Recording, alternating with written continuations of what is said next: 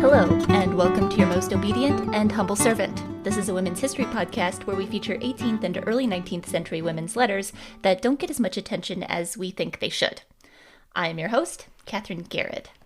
This week, I have a special guest joining us all the way from London. This is Sasha Sienna, who is the host, along with one of their friends, Jessica Law, with a podcast called Jane Austentations. So fans of Your Most Obedient and Humble Servant might have heard me and many of my guests talk about how these letters all feel like Jane Austen novels. Well, this week, we're actually going to be reading a Jane Austen letter. Sasha, thank you so much for joining me on the podcast today. Thank you very much for having me. Sasha hosts a podcast called Jane Austentations, where they and their co-host Jessica Law are planning on watching and reviewing every Jane Austen adaptation ever filmed. Pretty... It's a slow project. It's a long-term thing. What inspired you to start this project? Well, I started writing a little blog because I just really love Jane Austen adaptations, and I started writing up my thoughts about the ones that I'd watched on a little blog, which I called Jane Austentations. And I have a friend, Jess, who is very much one of those people where it took me about 5 years of actually knowing Jess very well to fully get it through my head that she's not a fictional character. She's very idiosyncratic and just a wonderful person to know. She read one of my blog posts about the 1986 version of Northanger Abbey and said that it was the most entertained she'd been in years. So when she came to stay with me shortly after that, I asked if she wanted to watch an adaptation with me, and Jess knows nothing about Jane Austen, has never read a novel, had never seen an adaptation before, and it was the most fun I'd had in my life. She just asked all the best questions, like, he's a bit of a cad, isn't he? And it was just brilliant. So I slowly laid some groundwork to try and get her to join me in a podcast venture, which she did. It's one of my favorite podcast sort of conceits, is having somebody who knows a lot about a subject and somebody who knows less about a subject talk about it and have conversations. And I think that's something that's really fun about your podcast, is you really do have a very good rapport. And some of her observations about the Jane Austen adaptations are really hysterical. So have you been a Jane Austen fan for a long time? Yeah, since I was about 13 or 14. And I found an annotated copy of Pride and Prejudice on my parents' bookshelf, which neither of them owned. I don't know where it came from, but I just fell head over heels. Yeah. Oh, that's so annotated. Did it tell you about Jane Austen? Did it tell you about the book? Or no, it was a mysterious annotator. So it was clearly somebody's A-level copy or something. A-level being, I think, equivalent of GED. It's the last 2 years of high school. Okay. So somebody in blue biro had just written all these notes on the text in little shorthand, and CF with page this, that, and the other, or little exclamation marks where they found something funny. It was really lovely. Yeah, I loved that, and I have a real appreciation, feel really bonded with this stranger, this mystery person. So before coming onto the podcast or starting your own, did you have a lot of background knowledge about Jane Austen as a person, as a historical figure, or was it mostly knowledge of the books? It definitely started as knowledge of the books.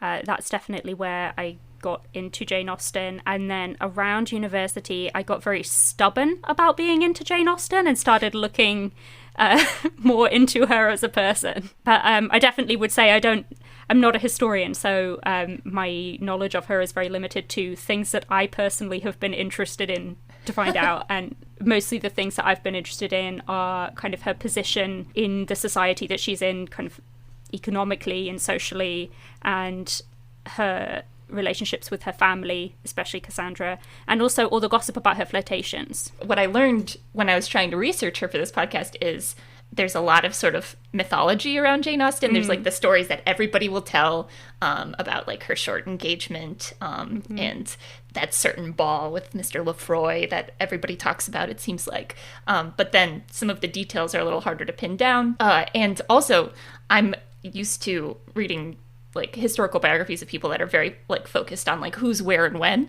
but so much of Jane Austen's biographies are about her books and when she's writing the books and what's inspiring her for writing these books. So that was sort of a different side for me. So it's kind of fun to do the research for this one. Yeah, I'm always really impressed with how in your podcast you always know who everyone is. And I have to say, reading a Jane Austen letter, it's just like a wash of names going straight over my head.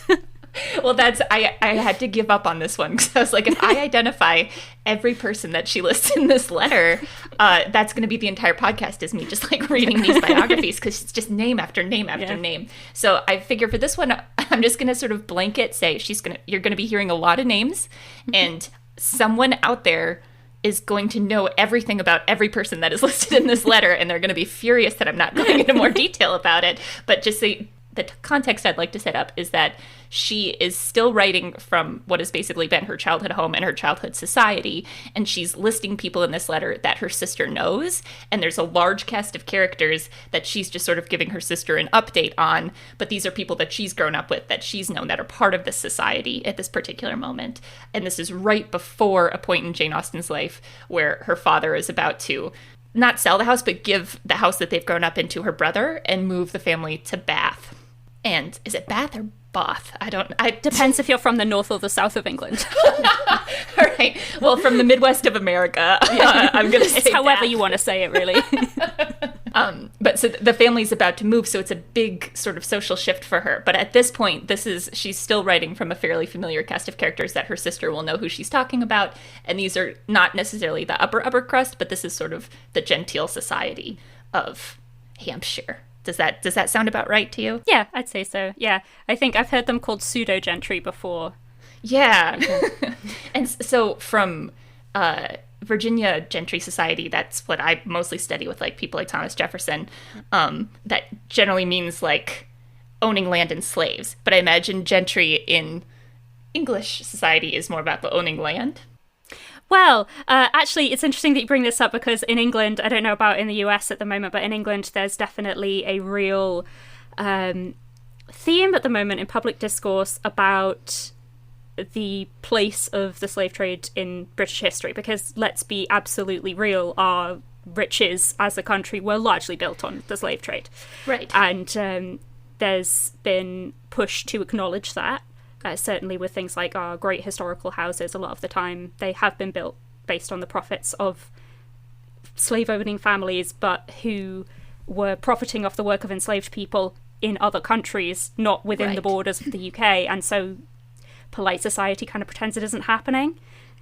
So there's been a push to acknowledge that that's what's been going on, and there's kind of a counter-push from certainly right-wing and the more upper-middle-class establishment claiming that that is rewriting history, which I feel like is wild because you're not rewriting history to acknowledge history. Yeah, that's how it always goes. I feel like. But yeah, like where did that money come from? And Mansfield Park is actually, I think, a really good example of how families that were profiting off the slave trade actually related to that income and to that money, because it isn't something that's explicitly delved into in the books, but it is very much an undercurrent, a very real theme of that book, because Fanny Price, who is the poor relation, goes to stay with this slave-owning family, and their concerns in the West Indies are a real sort of like sub-theme of the book, undercurrent of what's going on within the family. Yeah. So it definitely happened. It was just, we don't talk about that here. We're in Britain, don't you know? Right, and it is removed compared to America, where we're still trying to whitewash and not talk about slavery or have the mythology of this beautiful plantation society that just functioned in this, what's the word, is a peculiar institution, as they call it. Okay, so you said you were interested in Jane Austen and her relationship with her sister. Had you read some of her correspondence before? I had. I'd got really interested in particular, and there's this period of her life where Cassandra's burned all her letters. And it's because she wanted to keep something about Jane Austen from gossip. So like after Jane Austen died, Cassandra burned these letters from, I think it's like 1801 to 1804. Oh, something like that. What happened? What was it that she needed to keep out of public knowledge. I know that during that time, Jane Austen got engaged. And that is something that's kind of documented. But that can't have been the whole 3 years worth of stuff to talk about, right? Has it changed the way that you look at Jane Austen's fiction from reading a little bit more of her letters? There's certainly aspects of Jane Austen's letters that have, I don't know whether impacted 100% or complemented kind of a deepening understanding of her as not this kind of prude, super polite, this kind of ideal stereotypical Regency British lady that exists in a lot of people's imaginations. There's certainly things in her books and in her letters more concretely sometimes that are quite, I don't want to sound like a 45-year-old aunt, but saucy. Yes. And I think really mean sometimes. As I was excited to find this one because there's some of the more famous, heavily quoted Austen letters. She's talking about things like her own flirtations, and this one has a little bit of that. She's describing a ball in great detail. But where I think this letter is really interesting is the way she's writing about the people at the ball, which I just particularly enjoyed. But yeah, okay. So brief sort of background of context of what's going on at the time of this letter and Jane Austen's life. Jane Austen was born to, as we mentioned earlier, it's gentry society. So her family is able to take part in sort of the high society gentry culture, visiting each other's houses. They have a reputation, and they're the sort of people who are part of society, but they don't have a lot of money. Her father was the rector of this small sort of town of Dean in Steventon, near Basingstoke, Hampshire. So it wasn't a massive estate with like a large income. She had 7 brothers and a sister. And one of her brothers, the family actually sort of adopted out. They didn't have enough money to raise this entire large family and have everybody be set up with the sort of estate that they could make a living off of, so they had to sort of get creative in certain ways. So her brother ends up being adopted by a more wealthy family. He takes their last name. 2 of her brothers end up joining the Navy, where they can make a living on their own. And Jane and her sister are in the sort of business of trying to find a husband. But they don't have a lot of dowry. They don't have a lot of really connections. So if they're going to get a husband, it's going to sort of have to be a love match, or she's just so impressive and beautiful and charming and wonderful that she's able to trick somebody with a lot of money into marrying her. But that doesn't end up happening for either Jane or Cassandra. Cassandra was engaged briefly, she actually had a long engagement in her early 20s, but her fiancé was never able to make enough money to get enough property to support a family, and he ended up dying of yellow fever in the Caribbean in 1797. The letter that we're reading today is dated November 20th, 1800. So this is sort of a turning point in Jane Austen's life. Her youth, she was well-educated. She grew up with a family that was able to sort of ship her out, that she could spend time with more wealthy family members and less wealthy family members. She sort of ran the gamut of the sort of gentry society that she's visiting, but she's been sort of living in the same area, taking part in the same society for most of her life. But her father is just about to sell the house and move, so this is kind of a turning point. This is the end of her sort of youth in Steventon. She's been writing. She's actually finished a lot of her more famous novels at this point. She hasn't published anything yet in 1800, but she's been writing her whole life and writing plays and putting things on for her family. She's written some epistolary novels and things like that, but nothing's been published just yet at this point. At this point, Jane is 25 years old. Cassandra's 27. Cassandra's visiting their brother Edward at Godmersham Park in Kent. So Godmersham Park is a big, fancy house compared to where Jane's actually living.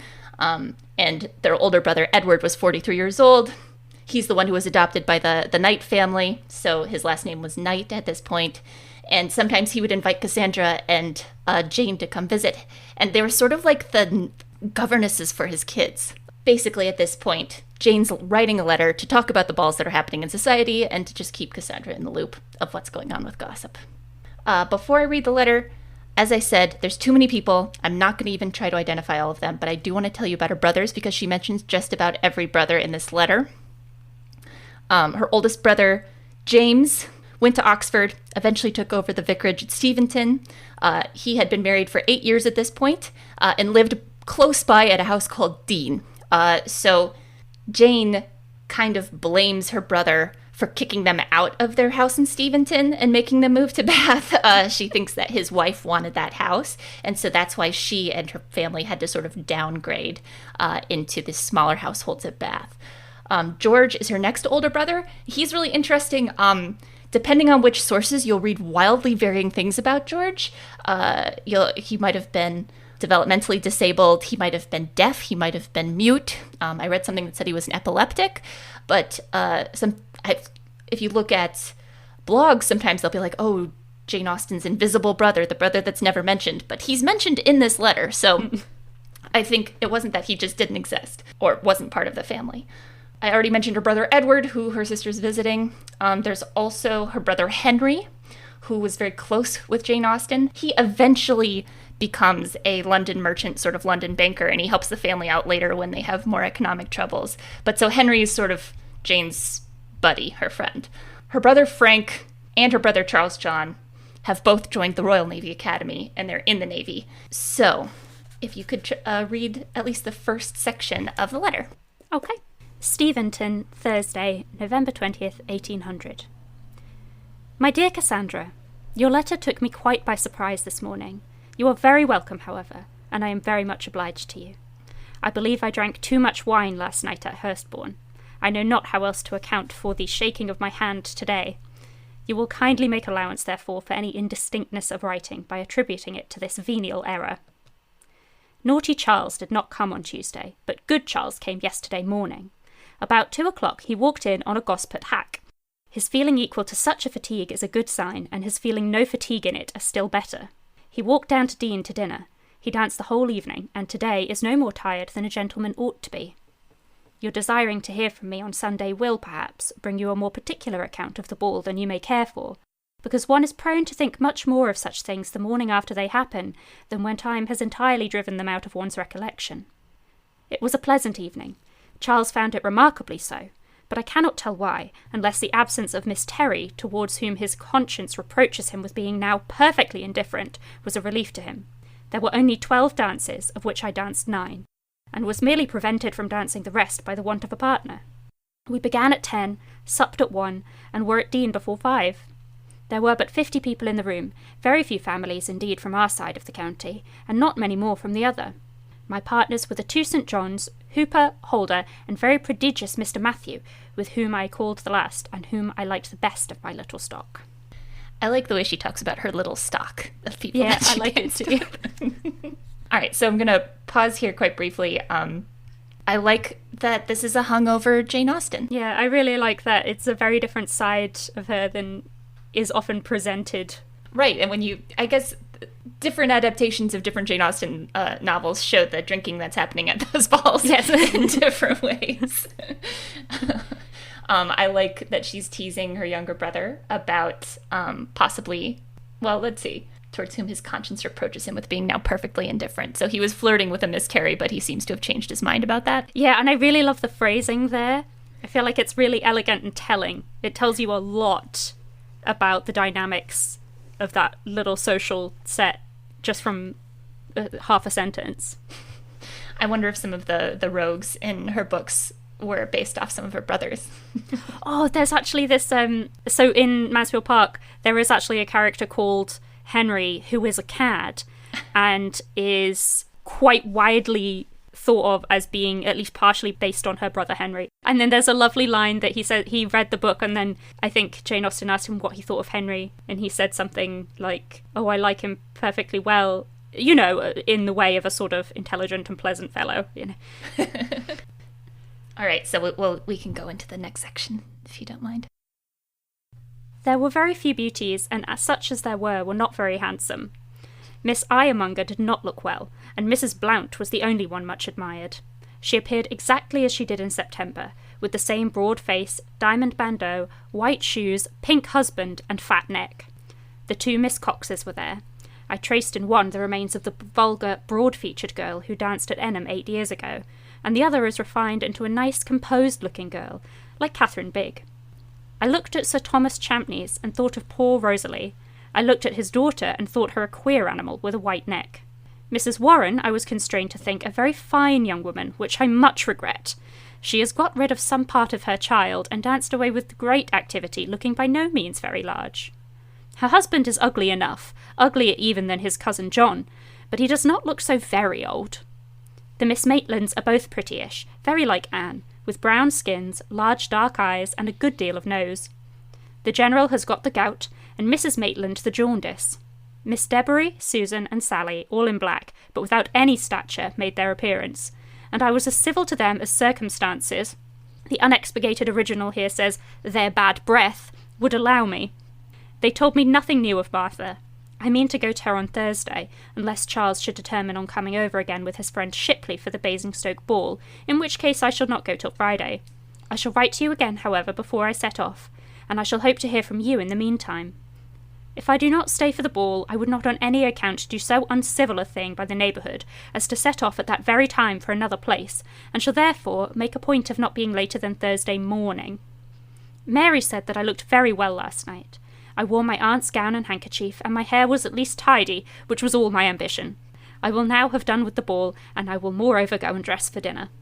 So what's your perspective of this section? I just love the way that she talks about the other people at the ball here. I mean, it's mean, it's cutting, but I feel like you get such a picture of these people. It's almost like she's drawing caricatures of them. Yes. Well, and where is it? Her husband is ugly enough. Yes. And not so very old. Oh, how charitable of you. And I definitely get an Emma feel from this of sort of drawing sort of assumptions. And also, this is a letter that she's writing to her sister. Like, she's in a very safe space. She's just writing exactly what she thinks. And she's doing it in a way that she's purposefully writing to be funny and to get a reaction out of her sister, I think. From that perspective, it's less of like somebody being really mean to all of these people and just like the way people talk and gossip.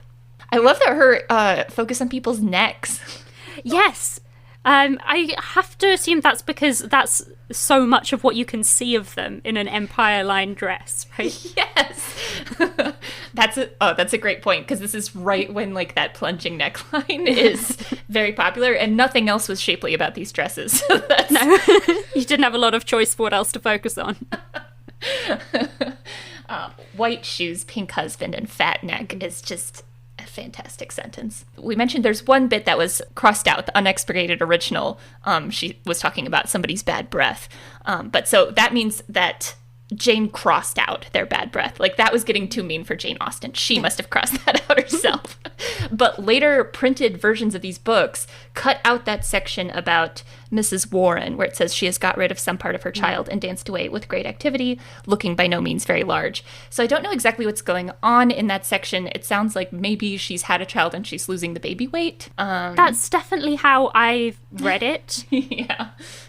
But the fact that they took it out, I'm never sure whether that's because they thought, oh, well, that's just too mean, or whether it's hinting at something else. But I feel like it must be the baby weight thing. Exactly. But has got rid of some part of her child. I can see somebody in the Victorian era reading that and being like, nope, cross that right out. Not going in the book. But yeah, so this is the original read, but I also like her little bit of modesty at the end where she says that her hair was at least tidy, which was all my ambition. Okay, so now what's happened here is Jane Austen has finished this section of the letter, and then she's continuing it on another day, which I always enjoy when letters span multiple days, which happens quite a bit in these 18th century correspondences. But so we can dive right into the next section. Okay. Thursday evening. Charles leaves us on Saturday, unless Henry should take us in his way to the island, of which we have some hopes, and then they will probably go together on Sunday. The young lady whom it is expected that Sir Thomas is to marry is Miss Emma Wabshaw. She lives somewhere between Southampton and Winchester, is handsome, accomplished, amiable, and everything but rich. He is certainly finishing his house in a great hurry. Perhaps the report of his being to marry a Miss Fanshawe might originate in his attentions to this very lady. The names are not unlike. Summers has made my gown very well indeed, and I get more and more pleased with it. Charles does not like it, but my father and Mary do. My mother is very much resigned to it, and as for James, he gives it the preference over everything of the kind he ever saw, in proof of which I am desired to say that if you like to sell yours, Mary will buy it. We had a very pleasant day on Monday at Ashe. We sat down 14 to dinner in the study, the dining room being not habitable from the storms having blown down its chimney. Mrs. Bramston talked a good deal of nonsense, which Mr. Bramston and Mr. Clark seemed almost equally to enjoy. There was a whist and a casino table and 6 outsiders. Rice and Lucy made love, Matt Robinson fell asleep, James and Mrs. Augusta alternately read Dr. Finnis's pamphlet on the cowpox, and I bestowed my company by turns on all. On inquiring of Mrs. Clark, I found that Mrs. Heathcote made a great blunder in her news of the Crooks and Morleys. It is young Mr. Crook who is to marry the second Miss Morley, and it is the Miss Morleys instead of the second Miss Crook who were the beauties at the music meeting. This seems a more likely tale, a better devised imposture. Yeah, I feel like I get such a picture of this party from her description of the people there. Just something about the dining room uninhabitable because of the storms blowing down the chimney. So they're like in the wreckage. Yes. It's such a funny image. Yes. They have to move to a different place. So this is very much the news section. Who's in love with who? Who's courting who? I like that Sir Thomas is to marry a Miss Emma Wabshaw, but they'd been hearing rumors of him courting a Miss Fanshawe, but it might just be the same person and people got the names mixed up. And she's handsome, accomplished, amiable, and everything but rich. I just feel like that line's so much out of a novel that she might have written. Yes. And now that I know a little bit more about her, she would be very aware of that because that's sort of her as well. Yes, very much. I can see being hyper aware of the people in a similar situation who are getting married. And a little bit about the gown. That's why I like reading the full letters and not just little excerpts of them. I just like the descriptions of who's making the gowns, what they're supposed to look like, but then the idea that her sister might just sell her gown. Yeah, although I like it's the fact that she said, I am desired to say that if you like to sell yours. Suggests that there's absolutely no indication that Cassandra would want to sell hers. I just really love how cheeky James and Mary are being here. I didn't pick up on that, but that's totally right. I did want to mention, again, I try to look up little things that are mentioned by name. I tried to find Dr. Finnis's pamphlet on the cowpox, just because I can. This is what I do. But actually, the cowpox pamphlet was about this smallpox and whether you can use cowpox inoculations to make yourself immune from smallpox. So I've heard many people describe this party as being so boring that somebody's reading from a pamphlet on the cowpox. But my historical take is this might have actually been very exciting. But I think that's really exciting too. I would be so thrilled to go to a party where someone suddenly starts telling me all about how, hey, maybe we can vaccinate ourselves with cows. That's my dramatic, now copyrighted take, that this was actually an exciting thing for them to be reading at this party, and I'm sure she is very interested in it. In the context of there's social gatherings that are like a massive ball that'll have 50 families, but then these smaller social gatherings where people would be reading aloud. I just think that's a really cool insight into the time, and also something that a lot of these letters that people are writing to each other were fully intended to be read out loud to families at gatherings like this. And I think this is sort of evidence of that. Okay, let's go into the next section. The 3 Digweeds all came on Tuesday, and we played a pool at Commerce. James Digweed, and I have to pause here to apologise, I think, to the Americans for the British names, both place and surnames. Digweed is a real name. James Digweed left Hampshire today. I think he must be in love with you from his anxiety to have you go to the Faversham balls, and likewise from his supposing that the 2 elms fell from their grief at your absence. Was not it a gallant idea? It never occurred to me before, but I dare say it was so. Hacker has been here today putting in the fruit trees. A new plan has been suggested concerning the plantation of the new enclosure of the right-hand side of the elm walk. The doubt is whether it would be better to make a little orchard of it by planting apples, pears, and cherries, or whether it should be larch, mountain ash, and acacia. What is your opinion? I say nothing, and am ready to agree with anybody. You and George walking to Egerton. What a droll party. Do the Ashford people still come to Godmersham Church every Sunday in a cart? It is you that have always disliked Mr. N. Toke so much, not I. I do not like his wife, and I do not like Mr. Brett, but as for Mr. Toke, there are few people whom I like better. Miss Harwood and her friend have taken a house 15 miles from Bath. She writes very kind letters, but sends no other particulars of the situation. Perhaps it is one of the first houses in Bristol. Farewell. Charles sends you his best love, and Edward his worst. If you think the distinction improper, you may take the worst yourself. He will write to you when he gets back to his ship, and in the meantime desires that you will consider me as your affectionate sister, J.A. We can pause there. So yeah. She doesn't quite finish the letter just yet. She talks about the 2 elms falling over. I love that. Of their grief that Cassandra left, and the 2 elms just fell over. But it's from the same storm that knocked over the chimney and the other residents. They just had a really bad storm blow through that knocked all these trees down at this time. Or the chimney was also just devastated at Cassandra's leaving. Which I really love that Jane Austen, in a lot of her letters, she's always talking about men being in love with Cassandra. She's just so willing to assume that everybody is in love with Cassandra. So I feel like that wouldn't be too far a stretch. There's every single book on Jane mentions the quote that she says, if Cassandra got her head cut off, Jane wanted to have hers cut off as well. Clearly adored her sister. Yeah. I think this bit's actually kind of really sad. Yeah. Because, of course, she's about to move to Bath, and she doesn't actually know that at this point, I don't think. It was quite a surprise to her. Yeah. And so I feel like her talking about the plans to improve Steventon and grow things where she's living now, knowing, as we do now, that she was about to leave, is really sad. And it really reminds me of this one bit in Sense and Sensibility where Marianne is about to leave her childhood home and is walking around saying goodbye to the trees. And it's presented as Marianne being incredibly self-indulgent, you know, and kind of wallowing.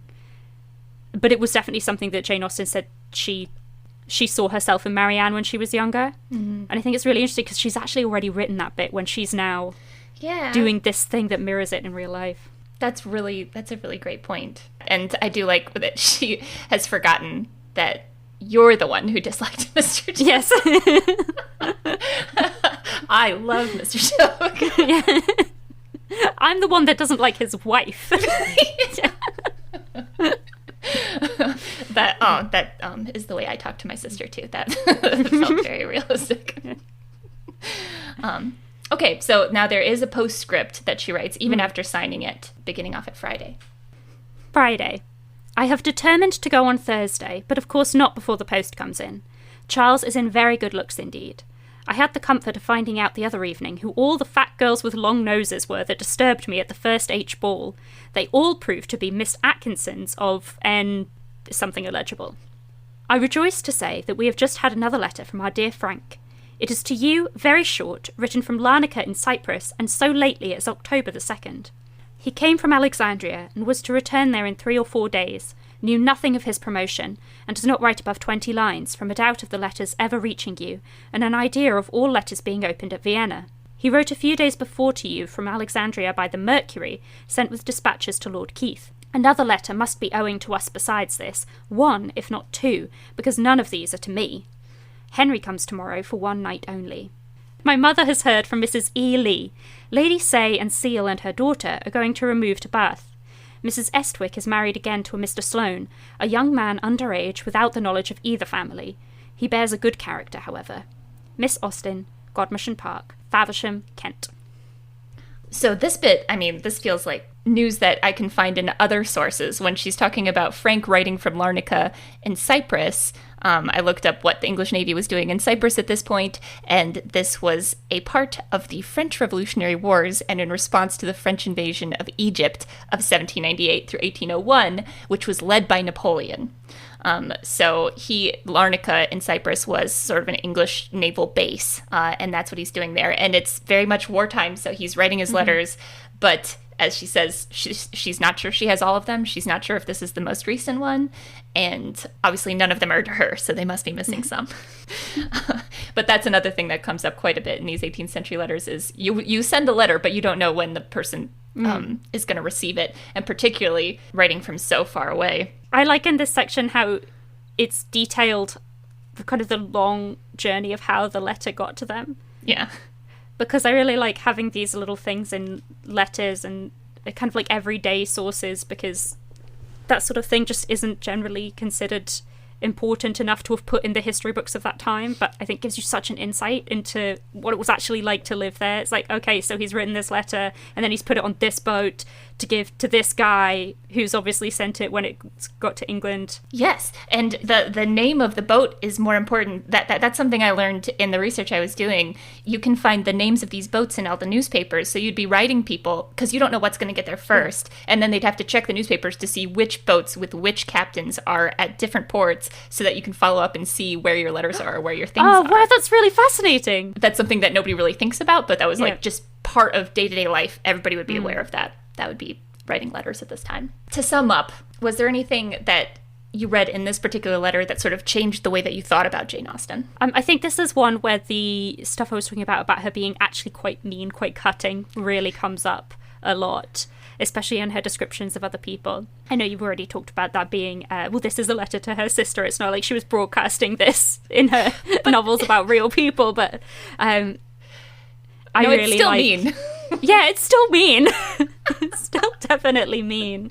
And I think the way that Jane Austen talks about herself at parties is really telling, especially when contrasted with the way that other people talk about her. Let her contemporaries talk about her in society. Her contemporaries talk about her as being really awkward a lot of the time, especially when she's younger. And I love the way she talks about herself is, I bestowed my company on all at turns, as if she's this incredibly gracious, charismatic person just gifting people with a word here and there. I think it's such a two sides of the same thing. Obviously Jane Austen has a large fan base, but I do think that she really speaks to people who are a little bit more socially awkward and who view social situations in a more, not just like, this doesn't come naturally. You have to study social situations to see how they function. It doesn't necessarily come naturally, and that's why she can describe it so well, is because she's been really watching this and seeing how people are supposed to interact with each other. There's this really brilliant exchange in Pride and Prejudice where Darcy is saying, I don't have the ability and the talent that some others possess of, following the tone of voice to catch somebody's meaning or making small talk with people. And Lizzie says, well, I don't play this instrument, like this piano, as well as I might, but I think that's my own fault because I didn't take your aunt's advice and practice. Yeah. And I feel like there's so much of Jane Austen herself there, and that I don't feel like she has this. I don't feel like the sources suggest she doesn't have this as a talent. But I think it's also quite clear that she has been practicing. She can be so funny and mean when she's describing socially awkward people like Mr. Collins or the Miss Bates, because I think she could be that person. And she's working not to be that person. Yeah. And because I think she's often done that thing that a lot of naturally shy or awkward people do, of observing other people really closely. Yeah. Because you have to study them to know what's going on. And I think that really shows in the way that she writes about other people. Well, again, I think we should publish this as a thesis. I think we've made a really good breakthrough today. As sort of a sum up, is there anything, I think we've sort of talked about this a little bit, but is there anything really compelling, a compelling modern takeaway for a modern reader from this historical letter? Something that's really relatable. I love the way that she and Cassandra are clearly gossiping about the people that they know. There's just something so relatable in the way that they talk to each other as sisters who are also best friends. Yeah. I think that's really lovely. And I think it's one of the things that I really love about podcasts like yours and about looking at things like everyday source material, because I think if you're looking only at the big major things about history, then you're missing all of the actual context in which those big major things happened, which makes it just lifeless to me and pointless. And it means that you don't take away what's relevant from then to now. You don't see the undercurrents of social transitions. And I think looking back at stuff like this and seeing, like, I would talk about someone like this, or I would write this letter to my sister, it feels good, but also I think it gives that added context. So thank you. I'm glad that that was something you got out of the podcast, because that's what I'm hoping for. Well, if you've enjoyed this letter of Jane Austen's, you might enjoy Jane Austentations, my podcast where we watch and review all the Jane Austen adaptations ever filmed. You can find it on any of your podcast apps. Wherever you are right now, you can probably find it there. And also, I would recommend, I've been following Sasha on Jane Austen Book Club on Twitch. Oh, yes. Yeah. Sasha reads various Jane Austen novels out loud with a really lovely group of people in the chat. Yeah, they're really lovely, and they make such great comments. Yeah. I really wanted it to feel like when I first read that Pride and Prejudice novel with all the marginalia in the comments of somebody else, and I wanted it to feel like that. And it does. Highly recommend. I'll put a link to both of those things in my you. show notes. This was a delight. Thank you so much for talking with me today. Thank you very much for having me. To all of my listeners, I will have the text of the letter as well as show notes from some of these sources that I looked up, as always, in the show notes of the episode. And thank you very much for listening. And I am, as ever, your most obedient and humble servant.